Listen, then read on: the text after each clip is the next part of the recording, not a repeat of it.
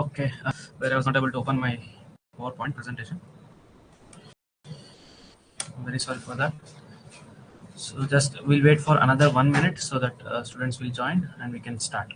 Okay. So in the meanwhile, I will just tell you like what are the things that I have discussed in this previous class. So we just discussed about the seed production, starting with the mode of pollination, system of mating.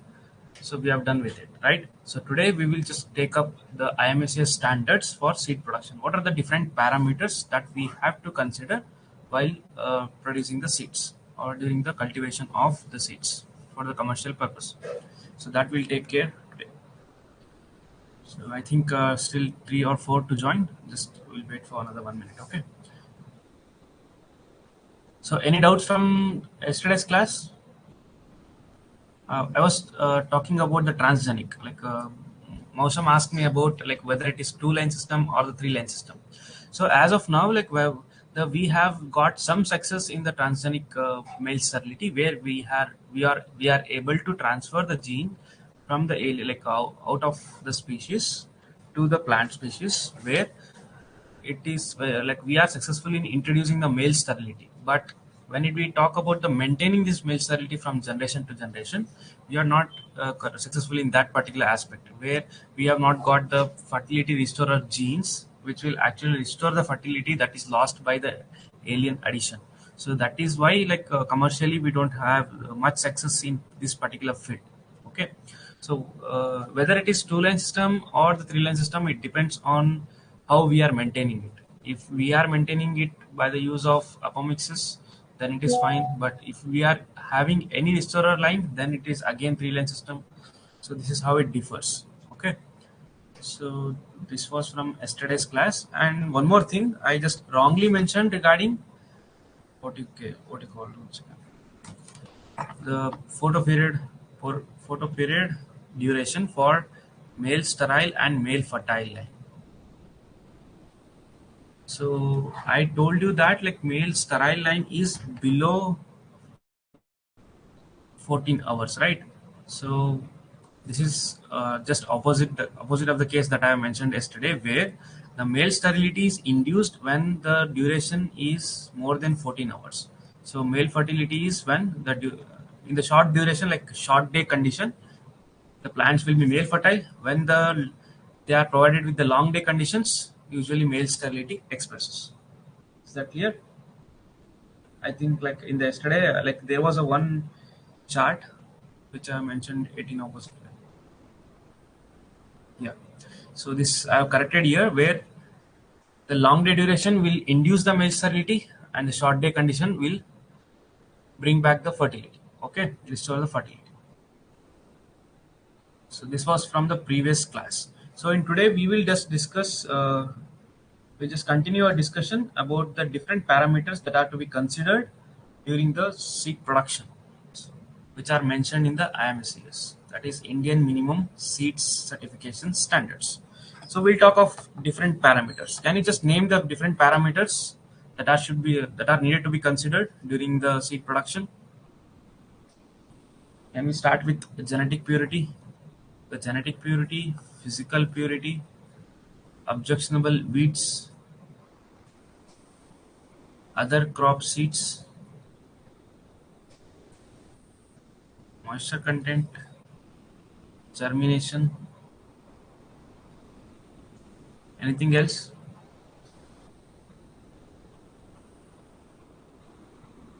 Or is it done? Genetic purity, physical purity, weeds, the weeds and inseparable other top plants, yes. And we have to take care of planting ratio. This is particularly in case of hybrid seed production. And then we have rogue and off types. So these are all the parameters that are needed to be considered during the seed production. So genetic purity, physical purity, we will discuss in the seed testing part. No need to worry about it. Now we'll talk about the objectionable weeds. So what are objectionable weeds? So before that, what are weeds? Weeds are nothing but the unwanted or undesirable plants that are developed without human intervention. So those are called as nothing but, they are nothing but called as weeds. So out of these, in these weeds, we have a term called as noxious weeds. So how do you define this noxious weeds, or what do you understand by noxious weeds? So the noxious weeds are nothing but, these are the weeds which are legally considered as non-native to the country, and we have a particular framework of rules and law to just ban them, like which are banned, and their use or their transfer from any material that is imported from any other country is banned. So we have our own regulation to regulate or to control those specific weeds. Those are called as noxious weeds. So what are the characteristics then? Like they have the economic and ecological impact on the agriculture land and also beyond the agriculture land. They are generally toxic and they pose the public health issues to the humans and also animals. They destroy the native and beneficial plant communities by creating the competition, and they survive better and the dispersible mechanism is better, so that they will compete the native plants and they will just take out all the nutrients and make it unavailable for the plants, crop plants. So this is how they compete with the native agriculture or native plants in a simple way. So these are called as noxious weeds. So then what are objectionable weeds now? So I have talked about the noxious one. Like what about objectionable? Why do we use the specific term called as objectionable? So can anyone answer this question? Like why do we use the term objectionable weeds?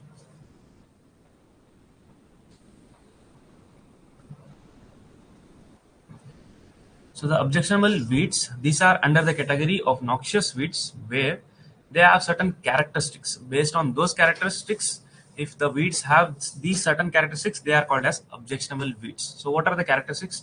They are the seed mimicry. So they are difficult to separate once they are mixed with the crop. That is, they look very alike with the crop plants. So that is the one characteristic of them, like of the objectionable weeds. Second one is they have very high seed multiplication ratio, and thirdly they mimic the plant exactly, where the differentiation between the crop and the weed, like first one was seed mimicking, like they also mimic the seeds, like they are very similar to seeds, and thirdly they are also very similar to the plants.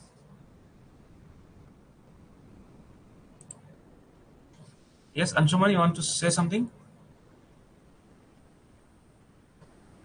Okay.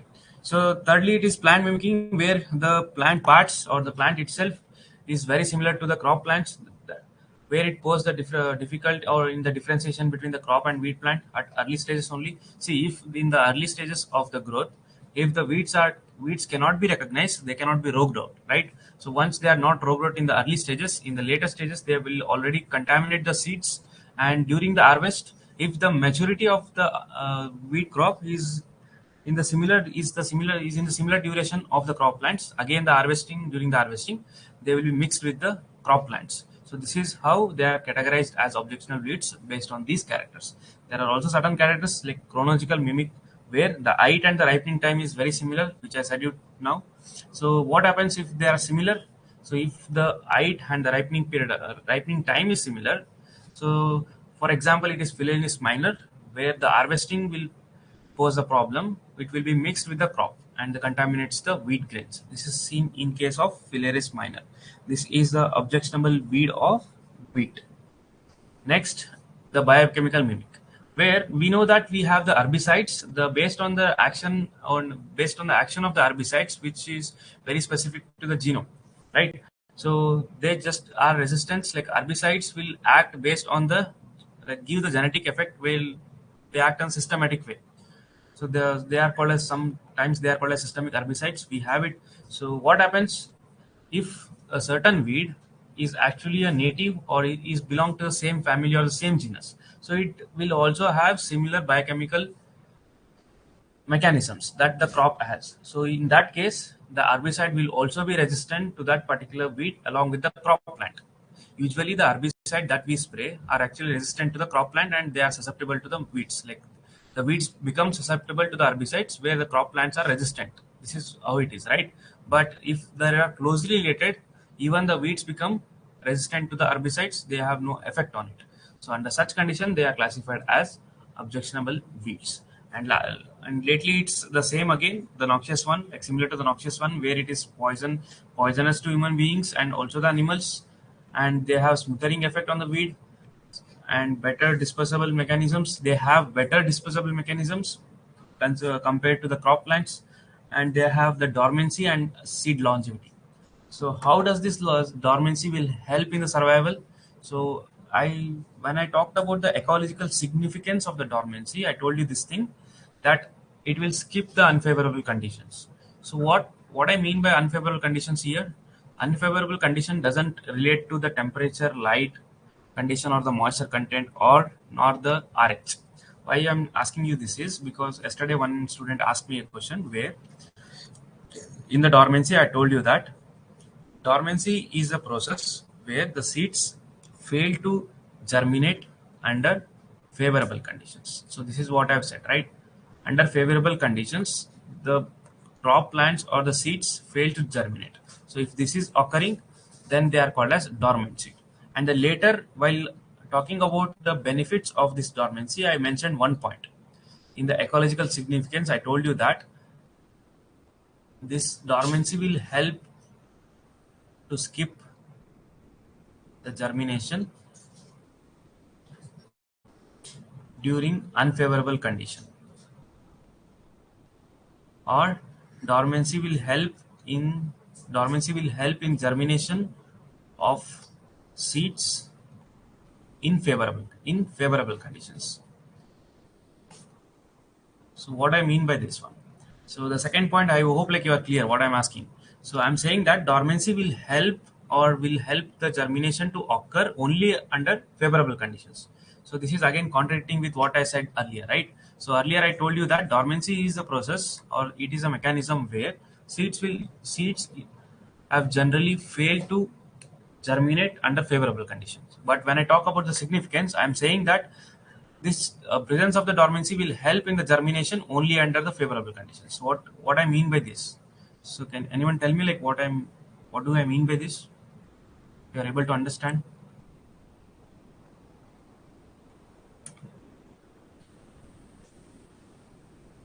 Okay, at least you people have understood my question or not?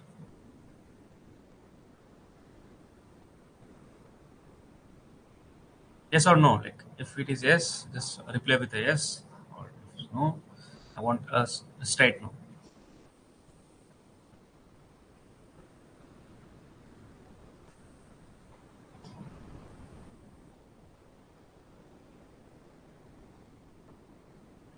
Okay, so okay, let me make it clear again.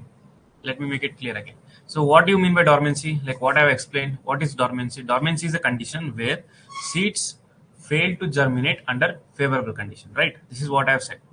So what is dormancy? Dormancy is a mechanisms where the seeds will fail to germinate even if you provide the favorable conditions. So what are the favorable conditions that I'm telling you here? It is about providing the right temperature, providing the light sunshine, that is light, providing the right moisture content, and providing the right RH, relative humidity, and what else. So these are the certain favorable conditions that crop requires or the seed requires in order to germinate, right?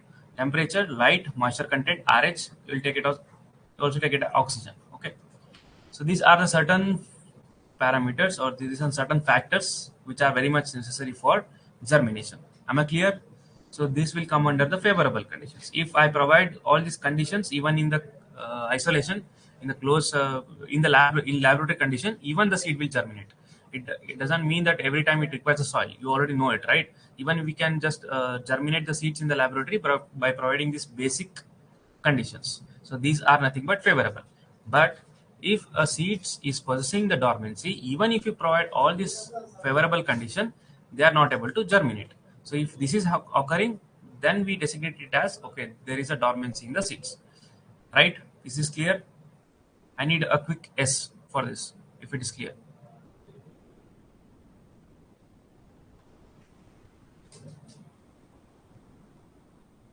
Yes, fast.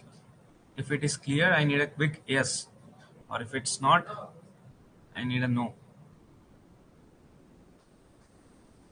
Okay, so this was the meaning that I explained in one of the previous class. So later in that same class, in the seed physiology class, I told you that when I talked about the commercial importance or the importance of this dormancy, why dormancy is necessary, I talked about this, right? I talked about why dormancy is necessary and why it is existing. So one of the benefit of dormancy is it allows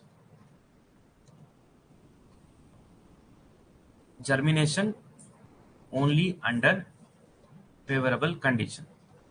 So this was in the ecological significance. So ecological significance of dormancy. So where I mentioned that it allows the germination to occur only under favorable conditions. So these two statements are not contradicting now? Earlier I told that dormancy is a state where like whenever you, even though you provide the favorable condition, it won't germinate. But when I come to its commercial importance, I'm telling you that okay, it allows the germination only under favorable conditions. Is it not confusing to you all?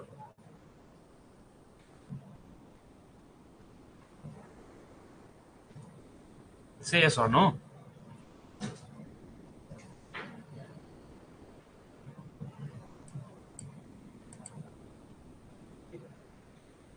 Yes, I'm waiting for you all. Yes, it's just opposite, right? Okay. So the difference here is in the context what I am speaking is favorable condition. So the context differs in case of favorable condition. What I mean by this? For example, let us take a good example. So for example, we have certain crop or any species, any plant species which which has fertilized and it has produced the seeds. Like for example, we take 100 seeds are produced in this generation, like this particular season, 100 seeds are produced. So these are naturally occurring plants in the environment. So they don't have any specific human intervention where human will go and collect the seeds and he will sow them on the ground, right? They will just automatically disperse throughout the area where they are located through the wind or some other agents, and they will just germinate in the next generation. So if these 100 seeds, if they are all non-dormant, so immediately when from the dispersal agents, whether it is water, like wind, water, or insects or animals, once they are like come in contact with the soil, immediately they will germinate. So all 100 seeds will germinate and they will pass on to the next generation, right? If they are first case, if they are non-dormant. So let us assume a condition here. What if like suddenly there is a flood or the earthquake or any other natural calamities where the complete area is itself destroyed? Soon after the seeds have come in contact with the soil, when they are in the process of germination, if any of these natural calamities occurs or any other things occur which will destroy the complete area, so is there any possibility, that this crop will go extinct, or is there any possibility that this particular plant will survive in the next generation, in the upcoming generation, if this is occurring? They will go extinct or not in this particular condition. If everything is destroyed, when soon after it has come into the contact of soil while it is in the process of germination, because of certain natural calamities, if the complete area is itself destroyed, so whether these plants will go extinct or not, right? They will go extinct, and the upcoming generation will not get the same plants because of these conditions. So these are unfavorable conditions now. So what I mean to say is, if for example they are dormant, let us assume that 100 seeds, not all seeds, like some are dormant, like let us assume 20 seeds are dormant in this 100 seeds. So even if at that particular time the natural calamities have occurred or the complete area is destroyed, since they are dormant, they might survive for 5 years, 1 year, 2 year, or any period of time. So in the meanwhile, the area will be again recovered, right? And they area will be recovered is the first point. Since it is a 1 year, it will be traveling to the long distance outside the area which is usually it is grown. So it is dispersed by the certain dispersal agent to the longer distance. So again, when it is passing to the longer distance, if the dormancy is broken at any time, when it comes to the contact with the soil, they will again germinate. So this is how evolution is it has adopted to this changing environment. This is one quite good mechanisms what we see in the nature. This is only because of presence of dormancy that most of the plants do not go extinct. Yes, like natural calamities are not that frequent; they are rare. But what if it occurs? If it is occurring, obviously, like though they will go in extent if they are very specific to that particular area, and also like if they cannot disperse with around the certain area. Only they will be limited to certain area. Only when you give much and much time, like when they are getting much and much time, they can disperse for longer distance, and there will be vast diversity of species that you see. So this is how it is occurring in the environment. I hope like you have understood now, like what do I mean by favorable conditions while I was talking about ecological significance. Here, the favorable condition means the land is okay for it is not destroyed, it is at the normal condition. So that particular time it won't allows the germination. When there are unfavorable conditions, since it has dormancy, it won't be germinating and it will be surviving in the next generation. I hope this is clear. Since one student asked me this in the WhatsApp, like I just explained you in detail. So coming back, I was talking about the objectionable weeds. So based on the criteria which I have told you, the weeds which are noxious, they are considered as objectionable weeds. So we have another term now. So the another term is called as designated weeds. So then what are designated weeds? Like we have understood what is noxious weeds and what is objectionable weeds. Then what about designated weeds?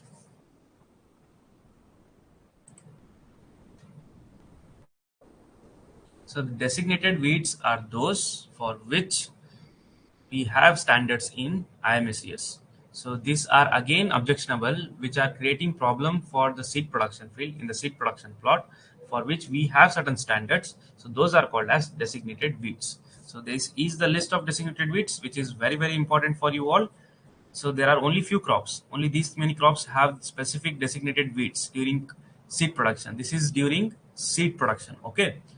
So just make sure to remember them, all of this, all of the crops and all of the designated weeds. You might expect direct questions from this particular table.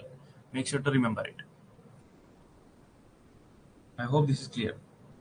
Next, we have inseparable other crop plants. So the inseparable other crop plants and the weed seeds are very common, very similar, but the difference is this is another cultivable crop, not the wheat crop. This is another cultivable crop, but which is very similar to the cultivating or the seed producing crop.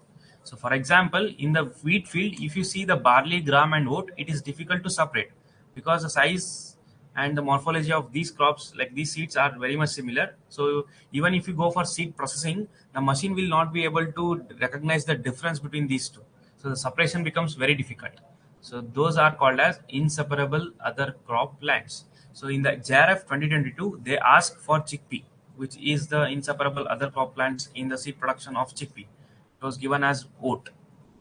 So you can expect some questions on this particular concept. So make sure to remember this, understand and remember this particular one. So I told you very clearly that other inseparable other crop plants are those plants which are very similar to the main crop in the seed size, morphology, growth habits. So this is why it becomes difficult to separate them mechanically. And that is why we have a standards for it, standards for inseparable other crop plants. So they should be not there in the field where the seed is producing. The seed production has been taken place. And also one more important thing to remember is these generally do not cause any genetic admixture because the pollens are again like they are not compatible, they are not cross compatible because so that is why they do not cause any genetic contamination. They only cause physical admixture. Yes, Nayanika, you want to say something?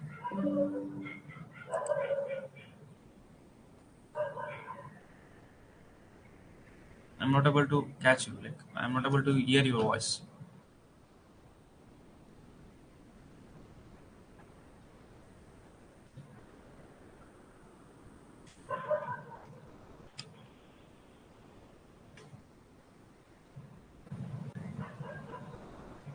Hello?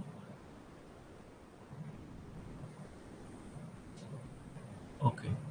I think I don't know like what problem it is. Like I'm not able to hear your voice.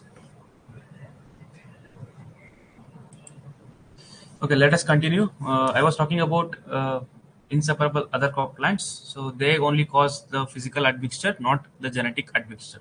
Is that clear? So next we have the planting ratio. So the planting ratio, this is not mentioned in the IMCS, but you need to look into the individual crops wherever the hybrid seed production is taking place, and you should make a note of it. Anyhow, I will make a note. I have made a note of it, and I will be sharing with you all. So you can expect questions from planting ratio. So make sure to revise them from time to time. Okay. So there are certain methods of synchronization when it comes to the plant and female. When it comes to the male and female lines, there should be a synchronization between those two lines in the hybrid seed production. So that is why synchronization becomes very much important. So the how the synchronization is achieved, it is generally achieved by the staggered sowing. So staggered sowing is nothing but difference in the sowing time. When the late crop will be sown earlier and the early crop will be sown later. So this is how they are just maintaining the time, differing the time of sowing, and they creating the like breeders are creating the synchronization between the male and female lines.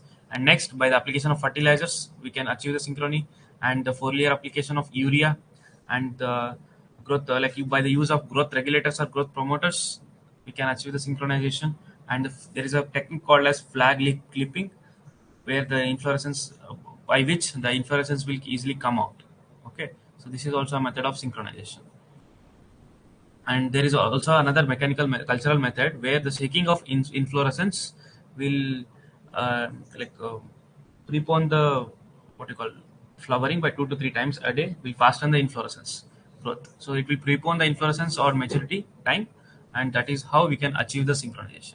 So the late varieties will be like the late varieties which are maturing late, they will be shaken like their inflorescence. After shaking their inflorescence, it will prepone the flowering period or flowering time.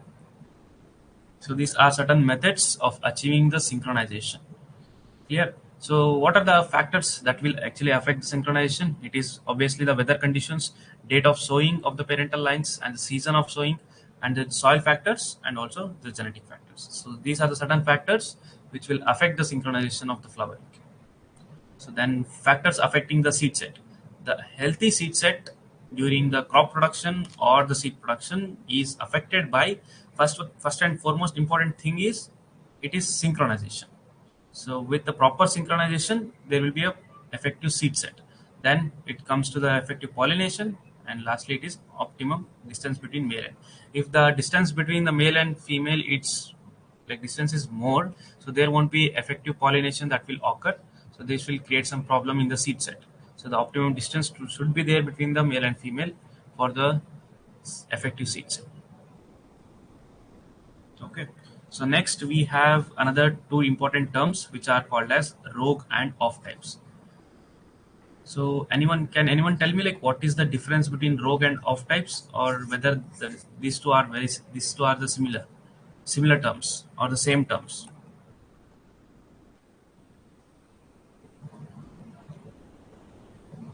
Is there any difference between rogue and off types, or both are same?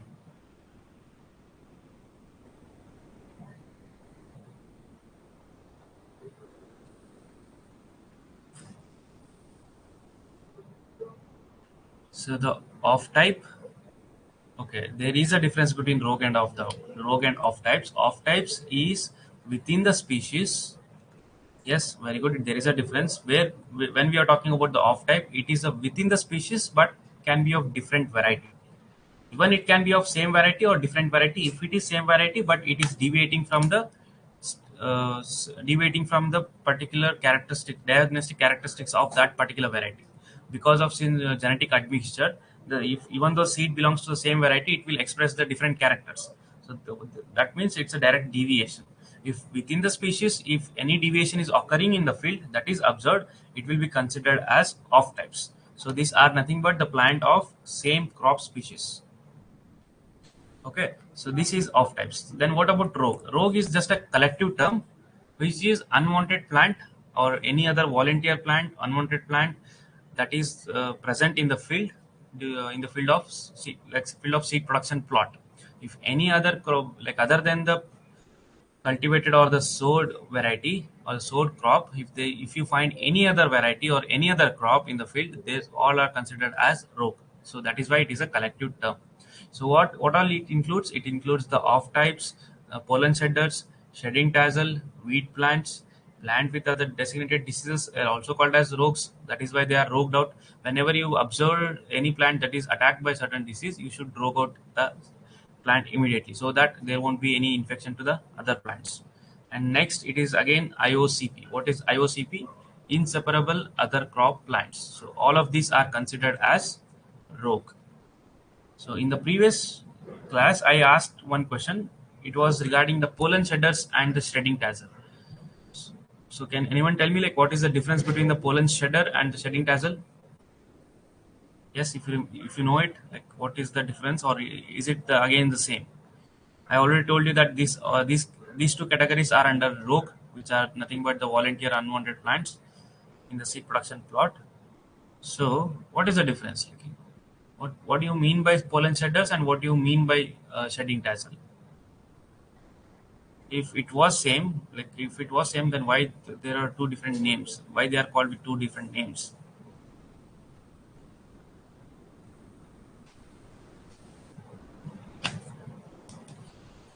Okay, Mustaida is answering it as same.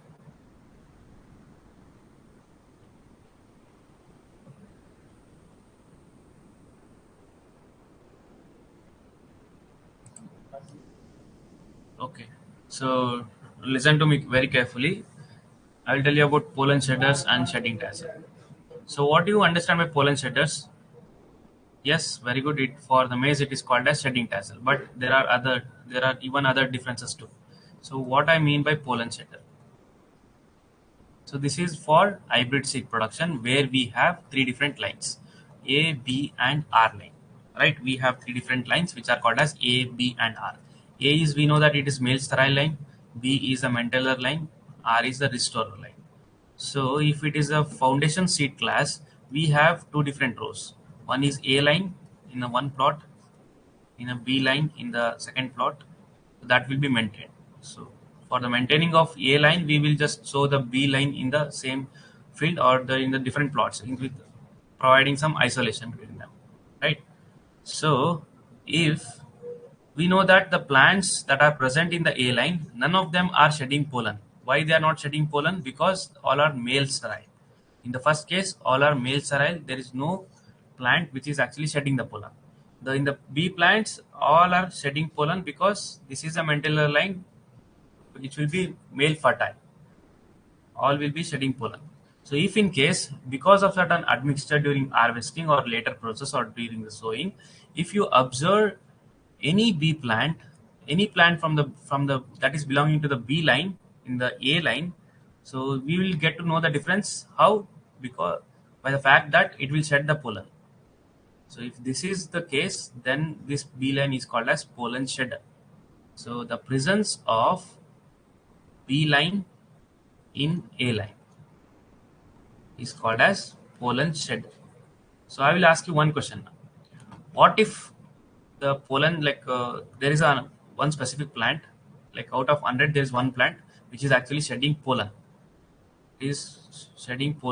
but it doesn't belongs to B line. So is it called as pollen shedder or not?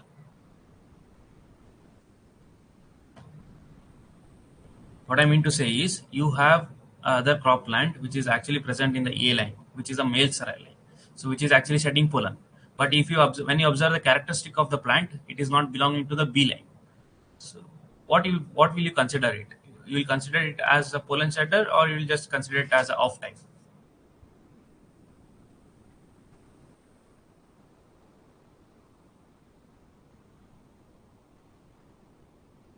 Yes, Mustaida.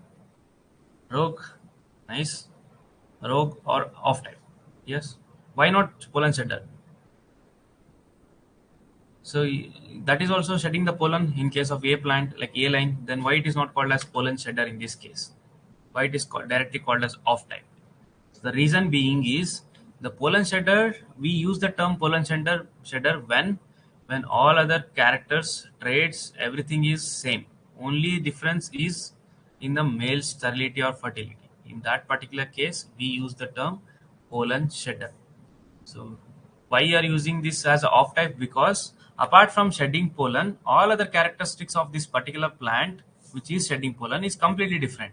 So it should be a off type that has come from different field.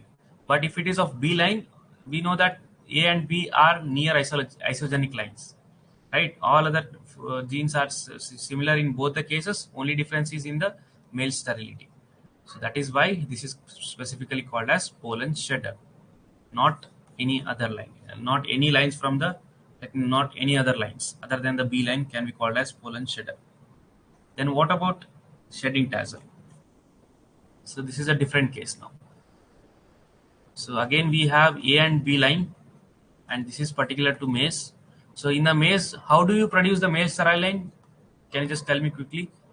How do you produce the male sterile line in case of maize?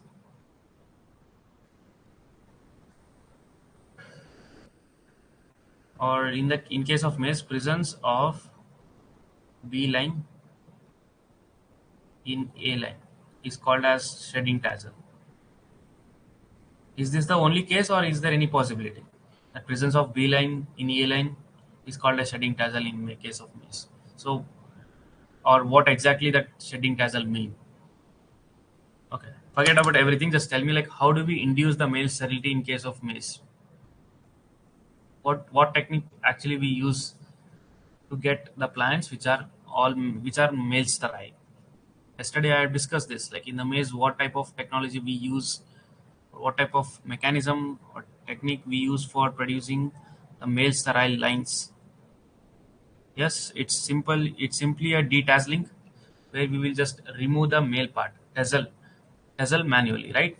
So the shedding tassel means if a certain farmer or labor or seed producer or a breeder has removed all the tassels from the A line, but he mistakenly has left some of the tassel. So if he has left some tassel, obviously that will shed pollen. So those type of lines or the plants are called as shedding tassel. That is why there is a specific term called as shedding tassel. Clear? So what about this? Like even this is also same, like where the B line can also be present in the A line. That is also considered as shedding tassel. It's not like only like within the A line, due to the incomplete detasseling, there occurs the condition of detasseling. It's not like that. Like even during the sowing time, like because of the mechanical admixture, even some plants or the seeds of a B line can also be intermixed with the A and so. So this is also that in that condition also, like we see the shedding tassel in the A line or the A plot. So that is how it is different from pollen shedder. That's it. Nothing else is different. Everything is same. The concept remains the same. It is just shedding the pollen. But since it is the tassel, it is a specifically it is called as tassel. This is specific to maize. Fertile A line is not considered as pollen shedder. So that is what I'm like. You are asking in the pollen, this one presents pollen shedder part, right? So that is also considered as pollen shedder only. Presence of A line in a line, yes, it is a pollen shedder. If it is shedding pollen and being other characters or other traits being same to that particular crop, then it is called as pollen shedder. So what is important for you? This is the important part. So this can be asked. Like you can expect some direct questions here.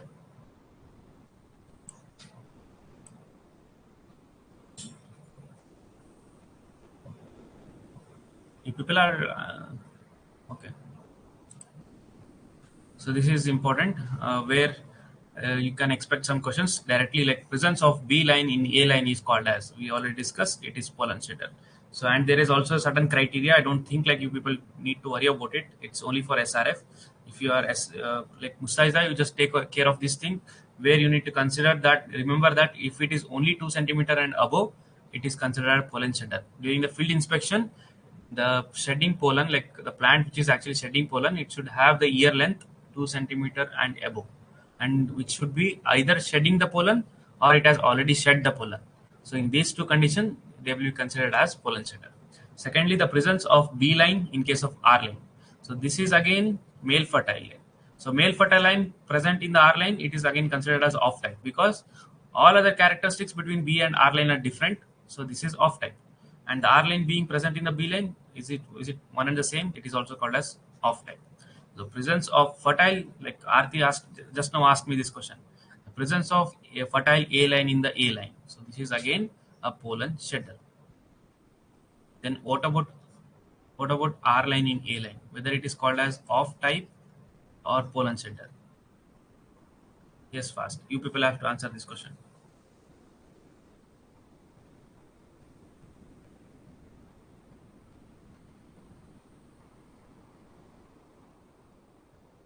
So the R line, if it is present in the A line, whether it is considered as a off type or a pollen shedder?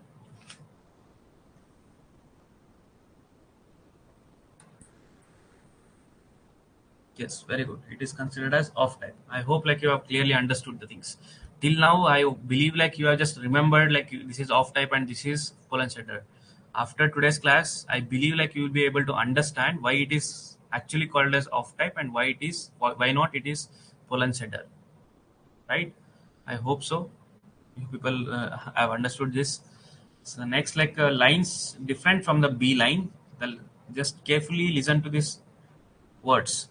The lines which are different from the B line, but if they are even shedding the pollen in the A line, even then they are called as off types. Not the pollen shedder, but they are called as off types. Okay, so these are certain important points to be noted to make sure to, like if you have understood this, you need not to even remember it. You'll be able to directly answer if they are asked in the exam. But you need to understand the concept, that's it. Next parameter is germination. So in case of 2020 paper, like they have directly asked one question: what is the germination percentage of maize? So maize has a highest germination percentage, which is of 90%. So this is IMACS standards. Again, don't be confused like what are these percentages and why it is mentioned, why we have to remember it. So these are the standards that are mentioned in IMACS, where if you want your seeds to be certified, from any crop, they should follow this minimum germination percent. When they are sent to the seed testing, when the samples are sent to seed testing, they should at least have 90% germination in case of maize. If the seed crop is maize, for every other specific crop, there is a specific germination percentage. So what about least germination percentage? In the crops which we are very familiar with, or in the most majorly the economical crops, it is a carrot, capsicum, and the gourd, which has the least germination percentage. It's not like below this there is no other crop. There are certain crops, but they are not of that commercial importance. For us, it is carrot, capsicum, and all the gourds, cucurbits. All have 60% of germination. So try to remember. So it's very simple. You might feel it hard to remember this germination percentage. I have just tried to simplify them so that you can remember them. So try to remember, just revise from time to time. You will be definitely able to remember all this germination percentage. In the worst case, if you are not able to remember all the germination percentage, at least know about the highest and the lowest. At least know them. The lowest is 60 for capsicum, carrot, and all the cucurbits, and it is 90% for the maize. Next, I have mentioned about the certain formulas that comes in the germinations, because I have somewhere seen that they have asked for the pure live seed or something. I don't know whether it is JRF or SRF. They have asked for certain direct formulas. So these are certain direct formulas. We just need to revise them. I have already noted it. Just take a printout and just revise them from time to time. Okay, so this ends all the prerequisites that are very much required to understand the seed productions. So one major important things to be remembered or to be understood before going into the seed production is IMACS standards for genetic purity, physical purity, germination, other inseparable, other crop plants, objectionable weeds or designated weeds. So these are certain things on off types, pollen shedders, shedding tassels. So all these things should be understood very clearly. I hope like I just explained everything in clear detail. So now we have the list of crops. So you might get a question. In the syllabus, they have mentioned that seed production of self and cross, like agriculture and horticulture crops. This is what they are mentioned in the syllabus copy, I guess, right? So what are the things that you should remember from exam point of view? First thing is pollination biology. whether the crop is self-pollinated, cross-pollinated, or often cross-pollinated. So this is the first and foremost thing that you should remember for all the crops, right?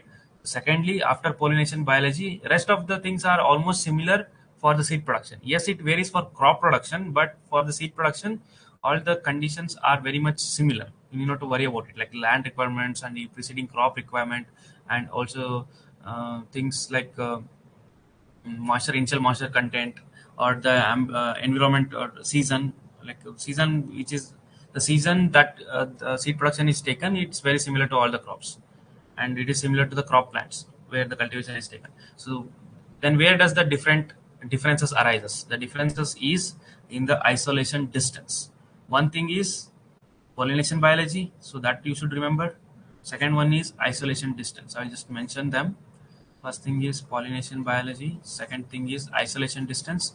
Isolation distance is specific for the specific crop, not the variety. Like for the certain crop, like for the specific crop, there are specific isolation distance. So that you should remember. So next, planting ratio, if it is hybrid, if it is in case of hybrid seed production, and also SMR, you have to know it, like what is the seed multiplication ratio. You need not to worry about seed rate. Sometimes they will ask for other competitive exams on agriculture, you can expect some questions on seed rate, but for this JRF, you need not to worry about the seed rate and spacing. And in some mock papers, I have seen that they are asking the spacing and all, but if you are too much worried whether to read these things or not, just at least go for major crops, at least for cereals, like 4 to 5 cereals and 2 to 3 pulses, and major oil seeds. You just try to remember them if possible. And otherwise, you need not to worry about the seed rate and spacing, the fertilizer, nutrient requirement, and everything. You need not to worry about it. Just if there are any specific cultural practices that are followed during seed production, you need to make a note of it. For example, we have jerking in bajra and rope pulling. In case of rice, why do we do the rope pulling? To achieve the synchronization in the flowering. So there are certain cultural practices. So just make sure to note them and just revise them. So planting ratio, SMR, cultural practices, isolation distance, and next, germination percent. You need to remember the germination percent of all the crops. And if there are any designated diseases, like I showed you, like designated weeds, which I showed you in the earlier table, so you need to remember them. Next, designated diseases. Like not all crops have designated diseases, only few crops have designated diseases. So make sure to remember them. Designated weeds and designated diseases. And GOT percent or genetic purity percentage, germination percentage and genetic purity percentage. So these are certain parameters that you should learn or revise in case of seed production. So other than this, they won't ask you any question. One question might be come from pollination biology. Not only the behavior or the mechanism of pollination, they can also ask for the whether the like in case of brinjal, they are nothing but the solitary flowers, right? They are somewhere occurs in the clusters also, but mainly it is solitary flowers. So these type of questions like clistogamous nature, chasmogamous nature, protandry, protogyny. So these kind of questions you might expect in the seed production of different crops. So I will not go in detail of any crop because it's very lengthy and everything is self-explanatory. I just try to compile all the crops. Whichever I have marked here, I just try to mention them. Rest of the things I'm not worried about because it's just a waste of time. You cannot expect much question on this particular topic. Okay, but the thing that I told you, all these parameters, you need to take it very seriously and revise them. Okay. That's it for today. The rest of the things are present. See, one thing, this huskless seeds. This was asked in one of the ICAR JRF paper. So this huskless percentage is only limited to rice. Only in the rice we see the huskless seed. Like maximum limit of huskless seed was only present in rice. So you just need to worry about the standards which are very specific to the certain crop. If they are not common, it is very specific to certain crop. Only worry about them and just try to remember them. Rest of the things, like for example, pure seed, we have percentage in all the crop. Inert matter, it is very common. Like it is common to all the crops. Other crop seeds also very common. ODV, which I discussed in the previous class, it is common. Total weed is common.